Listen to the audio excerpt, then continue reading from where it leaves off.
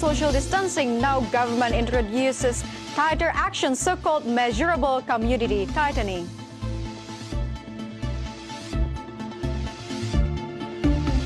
Bounces back into a past psychological benchmark of 6,000. Analyst predicts that JCI can reach a level of 6,100 by the end of the year.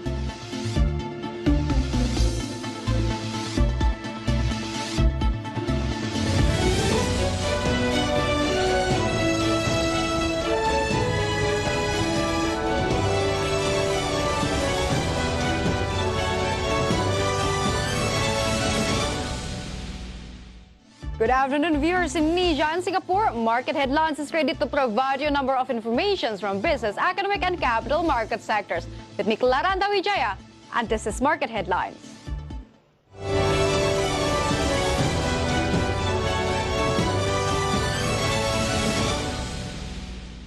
Yes, viewers, in line with the Coordinating Minister of Maritime and Investment directions on measurable community tightening, Jakarta provincial government is about to roll out work from office provisions with a maximum capacity of 25% only. And according to plan, it will take effect on December 8, 2020 up to January 8, 2021. This provisions is in line with Coordinating Minister of Maritime and Investment Affairs Luhut Binsar Panjaitan. To anticipate a spike in positive COVID-19 cases, Minister Luhut said that the proposed interventions is not a large-scale social distancing, but it is called as a measurable community tightening. Measurable community tightening includes 75% work from home, banning New Year celebrations in all provinces, and limiting operating hours of malls, restaurant, entertainment venues until 7 p.m. for a greater Jakarta area. While for the red zone in the West Java, Central Java, and East Java, until 8 p.m. From all sources, IDX Channel.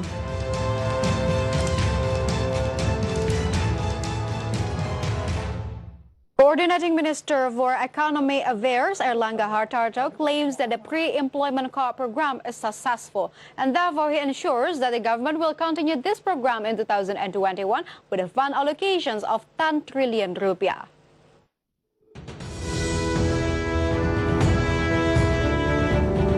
After implementing the pre-work card program as many as 11 ways, Coordinating Minister for the Economic Affairs Erlangga Hartarto held a meeting with alumni who received the pre-work card program.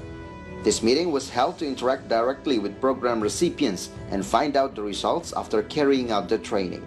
According to Erlangga, from survey data from various institutions including BPS, 88.9% of program recipients, their work skills are getting better. Besides that, he ensures that this program will be continued in 2021 with a fund allocation of 10 trillion rupiah, where this fund allocation returns to the initial planning figure with the hope that vaccination in 2021 will end COVID-19 and Indonesia's condition will improve. Tadi evaluasi kan sudah dilakukan melalui berbagai survei dan BPS bahwa lebih dari 80% ini adalah sesuai dengan apa yang direncanakan dan mereka mendapatkan manfaat daripada kartu prakerja dan juga dirasakan tepat sasaran, dan banyak dari mereka yang tadinya terkena PHK atau dirumahkan itu mendapatkan profesi baru. Dan tentunya yang tahun ini kan kita selenggarakan dengan dana 20 triliun dan tahun depan kita kembali ke dana yang 10 triliun. So far, 11 waves have been carried out in the implementation of the pre-work card program. From this implementation, as many as 5.6 million people have entered as recipients of the pre-work card program. From Jakarta, Muhammad Olga for IDX Channel. Unlike many other businesses that knocked out during the pandemic, state-owned enterprise rolling stock manufacturer PT Inka has successfully exported trains to Philippines. Such achievements can be translated that domestic industry can fulfill international markets' demand. The transportation equipment industry is one of the sectors that has received development priority based on 2015 to 2023 National Industrial Development Master Plan. And therefore, the Ministry of Industry appreciates PT Industri Kereta Api, or abbreviated as PT Inka, for successfully exporting its products to Philippines during the COVID-19 pandemic. And this shows that products from the national industry are able to compete in international market. A total of 3 locomotives and 15 passenger carriages produced by PT Inka were sent to Philippine National Railways from Tanjung Perak Port, Surabaya. Ini disesuaikan dengan kondisi daerah di Filipina. Jadi sana rata-rata flooding area, banyak daerah yang sering banjir gitu ya, sehingga itu tidak memungkinkan menjalankan atau mengoperasionalkan jenis lokomotif yang diesel elektrik. Nah, jadi mereka berdasarkan desain, berdasarkan spesifikasi yang ada, mereka membutuhkan jenis kereta yang memang cocok dengan kondisi di Filipina, daerah Filipina itu untuk jarak jauh. Nah, lokomotif kereta ini luar biasa karena apa? Itu bisa beroperasi di daerah banjir dengan ketinggian 40 cm ya, banjirnya itu di atas koprel. Jadi di atas rel itu masih bisa jalan. Jadi kalau airnya maksimal 40 cm itu log kita masih berjalan. Exporting trains to Philippines is not the only achievement that PT Inka posted. Months before, PT Inka successfully exported 250 trains to Bangladesh by September 2020. And later on, PT Inka plans to expand its business to Africa continent. Company is eyeing Africa's market due to African Belt Economy Development that will be established in the near time.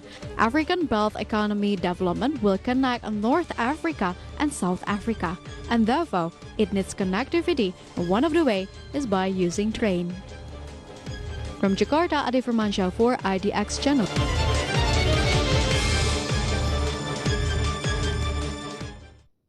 It is undeniable that price disparity in Indonesia still becomes issue, especially in remote, outermost, and border regions. Business actors complain about staple food with high price due to difficulty in access of border regions. And the issue of price disparity and availability of stable food is still an obstacle in Indonesia, especially remote, outermost border regions. And this has been complained mostly by business actors in the border area. The head of the Sanggau Regency, West Kalimantan, blames COVID-19 pandemic by making conditions at the border even more difficult to get daily needs. Monopolistic price game and also often occur due to difficulty of access in the border regions. For that, he hopes that the government can take serious actions to solve this problem. Kalau untuk disparasi harga untuk daerah sana, tentu kan dengan jarak tempuh yang sangat jauh, otomatis harganya itu melambung sehingga masyarakat itu kesulitan untuk mendapatkan bahan makanan, 9 bahan pokok termasuk gula kristal putih. Maka dari itu Okay, Lance, we'll be right back after this quick break. Stay tuned.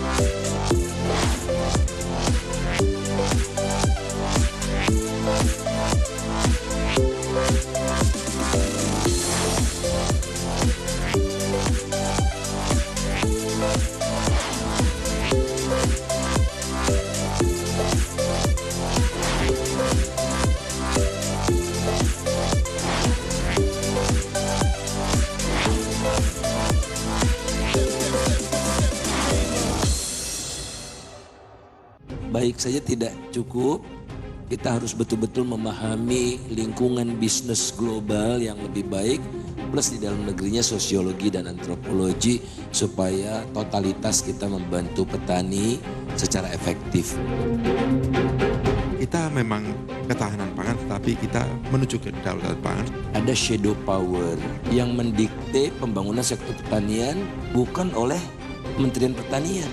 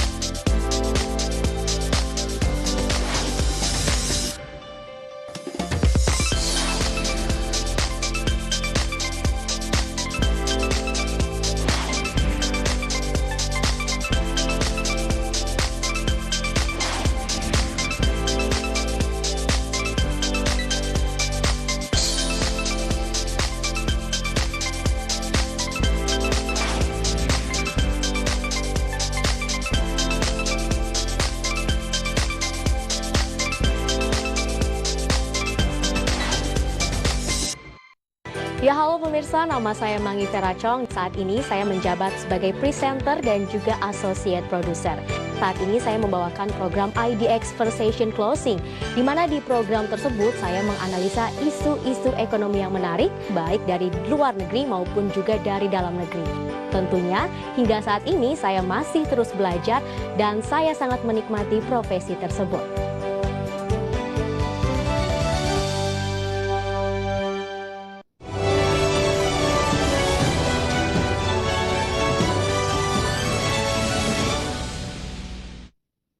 Welcome back to Market Headlines. Other than announcing current Indonesia's trade surplus, Statistik Indonesia also updated that Indonesia's 2019 ICT Development Index, as Information and Communications Technologies Development Indicator, 2019 index reached 5.32, went up from a 5.07 in 2018.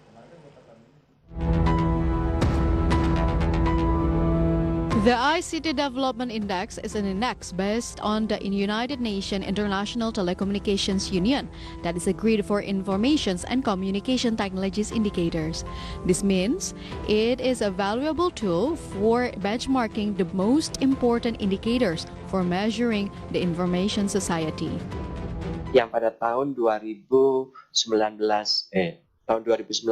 nilainya adalah 5,32, berarti mengalami peningkatan atau perbaikan dibandingkan tahun 2018, dan seluruh metode dari indeks pembangunan TIK ini sudah mengacu kepada guidance yang dikembangkan oleh International Telecommunication Union atau ITU pada tahun 2008. ICT index scale is in the range of 0 to 10. The higher the index value, the faster the ICT development in a region is. Statistik Indonesia recorded that Indonesia's 2019 ICT Development Index reached 5.32, and an increase compared to ICT index in 2018 of 5.07. The ICT index development is based on the 11 ICT indicators. It grouped into 3 clusters: access, use, and skills. Access and infrastructure reflects that the ICT readiness. In terms of ICT readiness, Indonesia reached the index of 5.53. The province with the highest ICT index in 2019 was Jakarta, namely 7.31. Meanwhile, the province with the lowest ICT index was Papua, namely 3.33. From all sources, IDX Channel. How many times in a day you open Google today, or how many times you open Instagram, Facebook, WhatsApp today? Well, we're rarely aware about that, but informations and communications technologies takes a big part of our lives.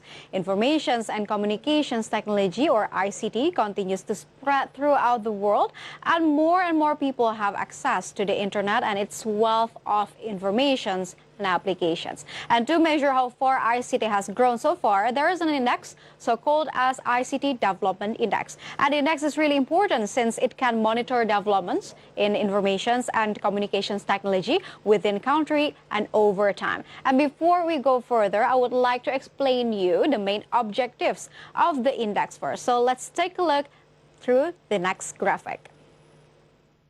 Here it is through your screen. We can see the main objectives of these index.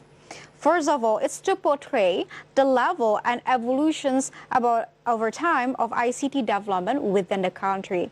And then the second one is that to track the progress in ICT development in regions. And the third one is that to diagnose digital divide, which is differences between regions in terms of their level on ICT development. And the last one is that to find developments, potentials of the ICT itself within the country. And yes, calls for benchmarking information society developments have been made at the international level during the World Summit on the Information Society in 2003. And Indonesia is part of that as well. By referring to the methodology from the International Telecommunications Union, Statistik Indonesia, or BPS, calculates ICT Development Index at the national and provincial levels. And the ICT Development Index is in the range of 0 to 10. The higher the index value, the faster the ICT development in a region is. So for example, South Korea has the index of 8.45. Means that the country has high communications and computations technologically driven. But how about Indonesia? Let's see in the next graphic. Here it is through your screen. We can see Indonesia's ICT Development Index. We can see the spread of 2017 to 2018, and the last one we gather the data from 2019. In 2017, when we talk about the ICT Development Index, Indonesia had 4.9, and moving on to 2018, Indonesia had 5.07, and meanwhile in 2019, this is the latest data that gathered from the Statistic Indonesia, Indonesia had the ICT Development Index of 5.32. And the province with the highest ICT Development Index in 2019 is Jakarta. And Jakarta has the index of 7.31. Meanwhile, the province with the lowest ICT Development Index was in Papua with 3.33. And it is necessary to boost the ICT Development Index. Digitalization has emerged as the cornerstone of the future economy, and it is imperative for companies to evolve business models, process, and technological to keep the pace of the dynamic market where many players are already leveraging the latest technologies. And for instance, cloud, big data, artificial intelligence, and so on. This can improve and transform businesses, and of course, it brings significant impact to the economy. And there are stages of ICT Development Index, or we can call it as sub-indexes. So what are those? Let's see it through the next graphic. Yes, through your screen, we can see the sub-indexes, or we can call it as well as the stages. So the first stage, we can see the ICT readiness. It's reflecting the level of network infrastructure and access to the ICTs. And moving on to the second stage, we got ICT intensity, which is reflecting the level of use of ICT in the society. And the stage 3, it's about the ICT impact, which is reflecting the outcome of more efficient and effective ICT use in one region. And based on this conceptual framework, the ICT index is divided into the following 3 sub-indexes. And first, access sub-index is the sub-index captures ICT readiness and includes 5 infrastructure and access indicators, which are fixed telephone subscriptions, mobile cellular telephone subscriptions, international internet bandwidth per internet user, a household with a computer, and household with the internet access. And the second one is that the sub-index. A sub-index that captures ICT intensity and includes 3 intensity and usage indicator, which are individuals using the internet, fixed broadband subscriptions, and mobile broadband subscriptions. And the third one is that skills sub-index. This sub-index seeks to capture capabilities or skills which are important for ICTs. It includes 3 proxy indicators, years of schooling, gross secondary enrollment, and gross tertiary enrollment. Each sub-index has its scale as well. So where is Indonesia stands? So let's see through the next graphic. Here it is. We can see Indonesia's ICT development sub-indexes. First of all, we can see the first stage, which is the ICT readiness. When we talk about access and infrastructure, Indonesia had the index of 5.53. And then moving on to the second stage, which is the ICT intensity, which is the use of the ICT itself in Indonesia, the index is in level of 4.85. And then moving on to the third sub-index, which is ICT impact, which is the outcome of the ICT itself in the within the country. Indonesia had a 5.48. And in the analysis, the 3 components can be considered apart, while at the same time, they are closely linked. So without ICT infrastructure and access, there is no ICT utility. And having access to ICT infrastructure is thus always a prerequisite of the subsequent use. And based on the data, among 3 sub-indexes, Indonesia has the highest index on ICT impact. This is a good sign. since ICT impact indicators can be only computed once in a statistical measurement of ICT infrastructure, access, and particular ICT use is in place.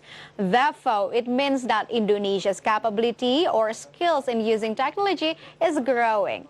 ICT impact largely depends on the availability of skill and knowledge and the capability to use ICT efficiently and effectively. And yes, viewers, Indonesia has the largest and fastest growing ICT market in Southeast Asia and presents an enticing opportunity for investors. On balance, I'm optimistic about the ability of Indonesia to strive better ICT index.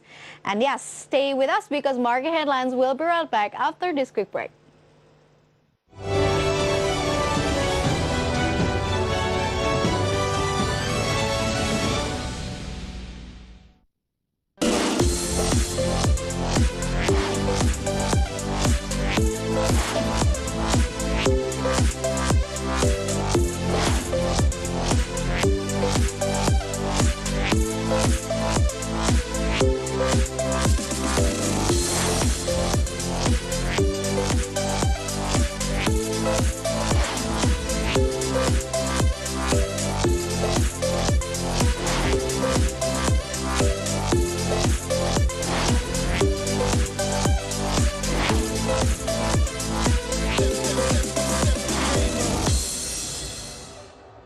Perbaikan pertumbuhan ekonomi adalah bukti bahwa penanganan COVID-19 berjalan dengan maksimal. Dari data-data yang ada, kita sudah mulai bangkit dari resesi ini.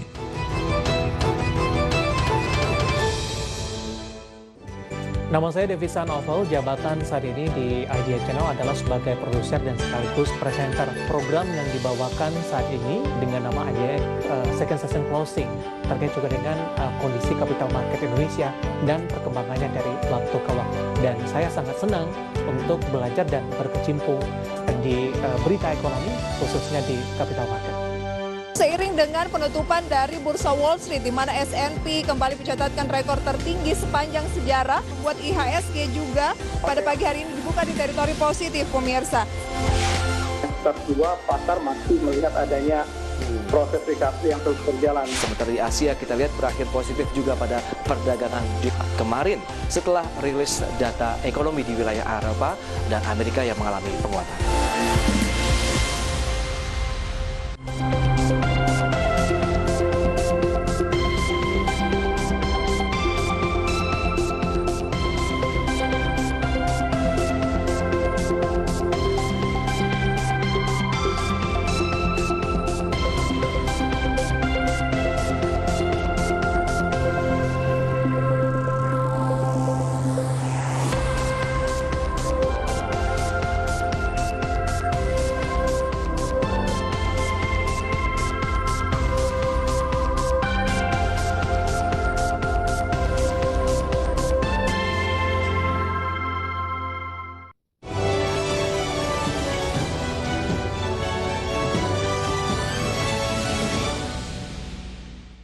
Welcome back to Market Headlines. So viewers, let's take a look at Jakarta Composite Index intraday movement. So earlier today, JCI was open at the level of 6,046.87, and then approaching the closing time in the first session, the index was on the level of 6,098.64. And then the index was showing strengthening trend by the second session closing time. The index was closed at the level of 6,118.4. And in short, JCI went up 1.46%. And next, we're going to see the sectoral movement. Leading the dynamics of today's trading, we got mining as the leader of the strengthening trend, and that went up 3.88%. We got trade that went up 2.54%. We got manufacture that went up 1.12%, and consumer good that went up 0.56%.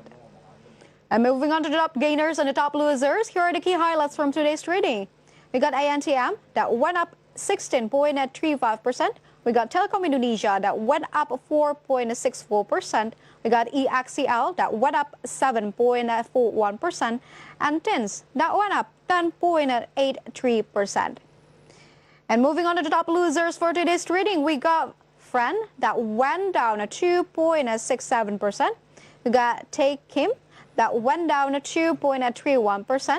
We got IMAS that went down 1.99%, and PPRO that went down 0.88%. Next, we're going to see the intraday movement of rupiah towards US dollar. So rupiah opened at level of 14,151. Rupiah was also showing strengthening trend towards US dollar. I was closed at the level of 14,095. In summary, rupiah went up 0.45%.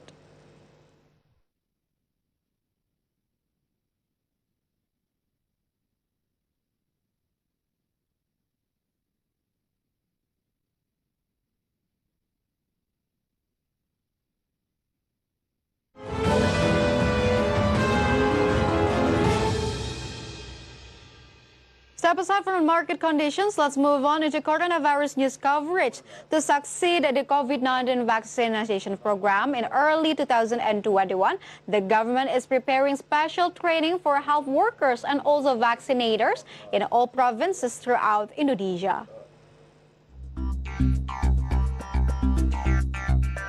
To succeed the COVID-19 vaccination program, which will be implemented in early 2021, the government is preparing training for health workers and also vaccinators who will provide vaccines to the public. The training is carried out in all provinces throughout Indonesia to support the implementation of vaccination. And so far, there have been around more than 12,000 vaccinators who have received training in 21 provinces, and more than 29,000 health workers have received training in 34 provinces. There have been several simulations carried out by the government in preparation for vaccinations in the first quarter of 2021. Several regions that have carried out simulations include the city of Bogor, Bekasi District, and the city of Bekasi. Di Kota Bogor, simulasi itu dihadiri Bapak Jokowi sendiri, bersama tentunya dengan Pak Menteri Kesehatan.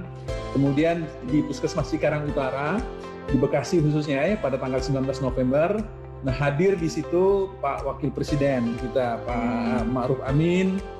Artinya semuanya itu memang harus dilakukan seperti ini, baru kita tahu gitu. Ada satu persoalan yang memang harus kita perbaiki, ada masalah yang kurang, ya namanya ini pekerjaan besar ya. Meantime, the government guarantees the availability of equipment for vaccination, such as personal protective equipment, cold chain, and other supporting logistics.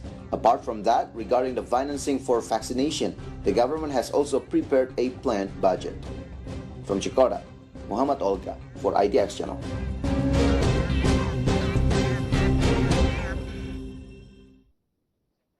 Here is an update data about coronavirus globally.